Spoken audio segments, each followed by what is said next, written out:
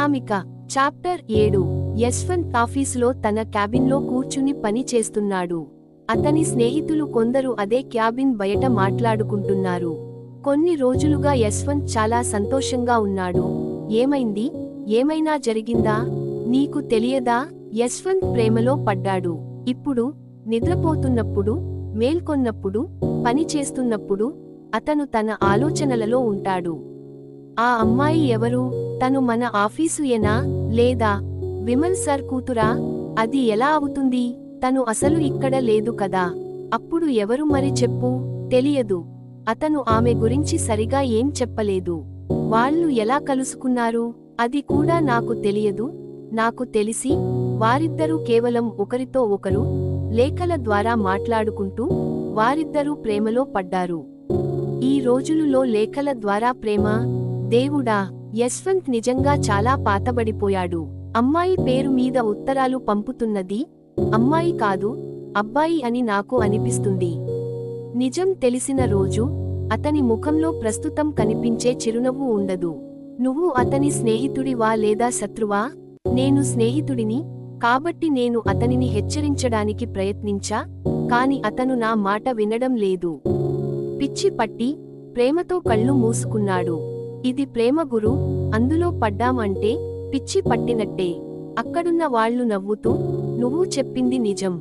ఇలాగే కొన్ని రోజులు గడిచాయి. యష్నా నుండి యశ్వంత్ కి తదుపరి ఉత్తరం వచ్చినప్పుడు కోమల్ మరియు రాజ్ కుమార్ గారు కూడా ఆ లేఖ గురించి మరియు దానిలో ఏమి రాశారో తెలుసుకోవాలని చాలా ఆసక్తిగా ఉన్నారు. వాళ్ళు వచ్చి యశ్వంత్ దగ్గర నిలబడ్డారు. యశ్వంత్ ఆ లేఖను తెరవకుండా వాళ్లను చూసి, ఏమైనా కావాలా అని అడిగాడు. అరే, నా కాబోయే కోడలు నుండి ఒక ఉత్తరం వచ్చింది. నేను ఎందుకు చదవకూడదు అని అంది కోమల్. అవును కోమల్, తను నా కోడలు కూడా, కాబట్టి తను నా గురించి ఏమైనా రాసిందా లేదా అని కూడా తెలుసుకోవాలనుకుంటున్నాను అని అన్నారు రాజ్ కుమార్ గారు. ఇది నా కోసం వచ్చిన లేఖ, మీరిద్దరూ దీన్ని చదవడం అస్సలు కుదరదు అని అన్నాడు యశ్వంత్. నాకు తెలుసు, ఇది నీ కోసమే వచ్చిందని. అయితే ఎక్కడో మా ఇద్దరికీ కూడా ప్రేమతో ఓ 2 ముక్కలు ఆ అమ్మాయి రాసిందేమో అని అంది కోమల్. రాయకపోతే అని అడిగాడు యశ్వంత్. అత్తగారి గురించి, మామగారి గురించి కూడా ఆలోచించని ఈమె ఎలాంటి అమ్మాయి? రాజ్ కుమార్ గారు, మనం మరొకరిని వెతకాలి అనిపిస్తుంది అని అంది కోమల్. అవును కోమల్, మీరు చెప్పింది నిజమే. ఇప్పుడు ఆమె అడగడం లేదు. ఆమె ఈ ఇంటికి వచ్చాక ఆమె మన ఇద్దరినీ బయటకు విసిరివేయవచ్చు. మనం మరొకరిని వెతకాలి అని అన్నారు రాజ్ కుమార్ గారు. అమ్మా, నాన్న, మీరిద్దరూ ఏమి మాట్లాడుతున్నారు? ఆమె మీ ఇద్దరి గురించి ఏమీ రాయకపోతే ఆమె దుర్మార్గురాలైందా అని అడిగాడు యశ్వంత్. అమ్మో, నా కొడుకు ఇప్పుడే తన భార్య టిమ్కి మారిపోయాడు. ఇప్పుడు ఈ తల్లిని ఎవరు అడుగుతారు అని అంది కోమల్. నేను అన్నాను కదా కోమల్, ఈ అబ్బాయి మనల్ని చూడడు అని. ఇప్పుడు ఇలాంటి పరిస్థితి ఉంటే భవిష్యత్తులో ఇంకెలా ఉంటుందో అని అన్నారు రాజ్ కుమార్ గారు. మీరిద్దరూ కావాలనే ఇదంతా అంటున్నారు కదా, హేళన చేస్తున్నారా అని అన్నాడు యశ్వంత్. రాజ్ కుమార్ గారు మరియు కోమల్ నవ్వుతూ, లేదు కన్నా, సరే, క్షమించు. నీ కాబోయే భార్య నుండి వచ్చిన లేఖను చదువుకో అని అంది కోమల్. యశ్వంత్ చిన్నగా నవ్వి ఉత్తరం తెరిచాడు. ఉత్తరం తెరిచిన మొదటి వాక్యం, మామయ్య మరియు అత్తయ్యకి నమస్కారం చెప్పు అని ఉంది. అది చూడగానే యశ్వంత్ మొహంలో చిరునవ్వు కనిపించింది. అతను ఆ వాక్యాన్ని గట్టిగా చదివాడు. అరే వావ్, చలో, కొడుకు కాకపోతేనే కనీసం కోడలు అయినా మనల్ని చూసుకుంటుంది కదా రాజ్ గారు అని అంది కోమల్. అమ్మా అని అన్నాడు యశ్వంత్. సరే సరే, నీ గదికి వెళ్ళి నీ లేఖని పూర్తిగా చదువుకో.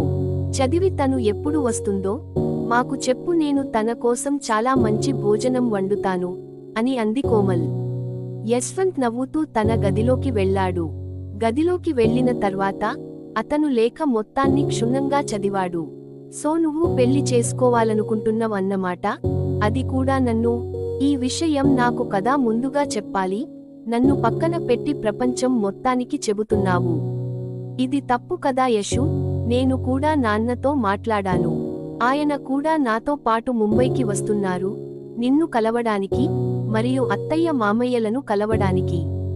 నేను నీకు ఇంకో విషయం కూడా చెప్పాలి. నా చెల్లి ఆస్ట్రేలియా వెళ్ళడానికి వీసా కోసం దరఖాస్తు చేస్తోందని నేను చెప్పాను, నీకు గుర్తుందా? తనకి వీసా వచ్చేసింది. నేను తన కోసం చాలా సంతోషంగా ఉన్నాను. కానీ నా మనసులో కొంచెం బాధగా కూడా ఉంది. అదేమిటి అంటే, ఇప్పుడు తను వెళ్ళిపోతుంది.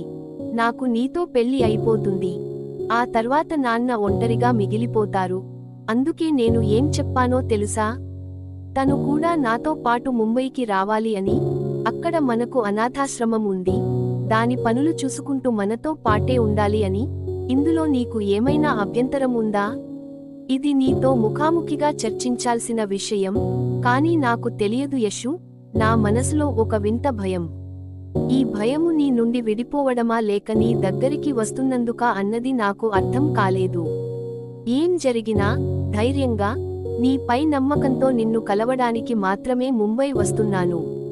నీకు ఈ ఉత్తరం అందే సమయానికి నాన్న, నేను ముంబైకి బయలుదేరి ఉంటాం. మీ ఇంటి అడ్రస్ నా దగ్గర ఉంది. నేనే మీ ఇంటికి వస్తాను. చివరి విషయం యశు, నిన్ను నమ్మి నేను మా నాన్నని ముంబైకి తీసుకువస్తున్నాను. నా నమ్మకాన్ని వమ్ము చేయకు. ఎందుకంటే ట్రస్ట్ బద్దలైతే నేను మళ్ళీ నిలబడగలను. కానీ నేను మా నాన్న దృష్టిలో పడిపోతే నేను తిరిగి నిలబడలేను. ముంబైలో మీ ఇంట్లో, అంటే మన ఇంట్లో కలుద్దాం. బాయ్ యశు. యశ్వంత్ ఆ ఉత్తరం చదివి కొంచెం ఉద్వేగానికి లోనయ్యాడు. తను మనసులో, లేదు యష్నా, నేను ఎప్పుడూ కూడా నీ నమ్మకాన్ని వమ్ము చేయను. నేను నీ కోసం ఎదురు చూస్తూనే ఉంటాను అని అనుకున్నాడు. తరువాతి 2 రోజులు యశ్వంత్ ఆఫీస్ నుండి సెలవు తీసుకొని మరి యష్నా కోసం ఎదురు చూస్తున్నాడు. తన కోసం ఆత్రంగా ఎదురు చూస్తూ బయట నుండి లోపలికి, లోపలి నుండి బయటకి తిరుగుతూనే ఉన్నాడు. మన అబ్బాయికి ఏమైంది అని అడిగింది కోమల్. తనకి పిచ్చి పట్టింది. ఆ అమ్మాయి అతన్ని కలవడానికి వస్తోంది. కాని నన్ను ఆఫీసు వెళ్ళనివ్వలేదు అని చిరాకుగా అన్నారు రాజ్ కుమార్ గారు. బయటి నుండి వస్తున్న యశ్వంత్ ఇది విని, నాన్న, యష్నా రాబోతుంది. నేను ఆమెకు ఎలాంటి అవకాశం ఇవ్వకూడదనుకుంటున్నాను. దానివల్ల ఆమె బాధపడవచ్చు అని అన్నాడు. ఇప్పటి నుంచే తన గురించి చాలా ఆందోళన చెందుతున్నారా సర్ అని అన్నారు రాజ్ కుమార్ గారు. నాన్న, ఆమె తన నాన్నతో వస్తోంది.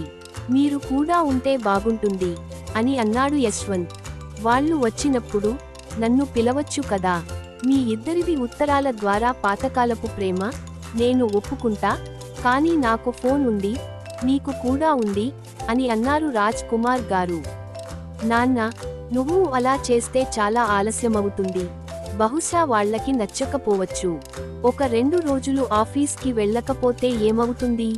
సరే, వెళ్ళండి. వాళ్ళు వచ్చే వరకు మీరు విశ్రాంతి తీసుకోండి అని అన్నాడు యశ్వంత్. యష్ చెప్పింది బాగానే ఉంది. మీరు విశ్రాంతి తీసుకోండి. మీరు అసలు ఈ నెలలో ఒక్క సెలవు కూడా తీసుకోలేదు. మీరు ఇలాగే పని చేస్తూ ఉంటే మీ ఆరోగ్యం ఏమవుతుంది అని అంది కోమల్. తల్లి కొడుకులిద్దరూ, నిజంగా నన్ను అసలు గెలవనివ్వరు. సరే, నేను లోపలికి వెళ్తున్నాను. వాళ్ళు వస్తే నన్ను పిలవండి అని అన్నారు రాజ్ కుమార్ గారు. పిలవాల్సిన పని ఉండదు. వాళ్ళు వచ్చారని ఆటోమేటిక్గా తెలిసిపోతుంది అని అంది కోమల్ నవ్వుతూ. అది నిజమే అని అన్నారు రాజ్ కుమార్ గారు యశ్వంత్ హడావుడిని చూసి. యష్నా మరియు తన తండ్రి కోసం యశ్వంత్ ఆసక్తిగా ఎదురు చూస్తున్నాడు. గేటు చప్పుడు వచ్చినప్పుడల్లా బయటకు వెళ్లి నిరాశగా తిరిగి వచ్చేవాడు. మరి యష్నా వస్తుంది అంటారా? చూద్దాం నెక్స్ట్ అప్డేట్లో.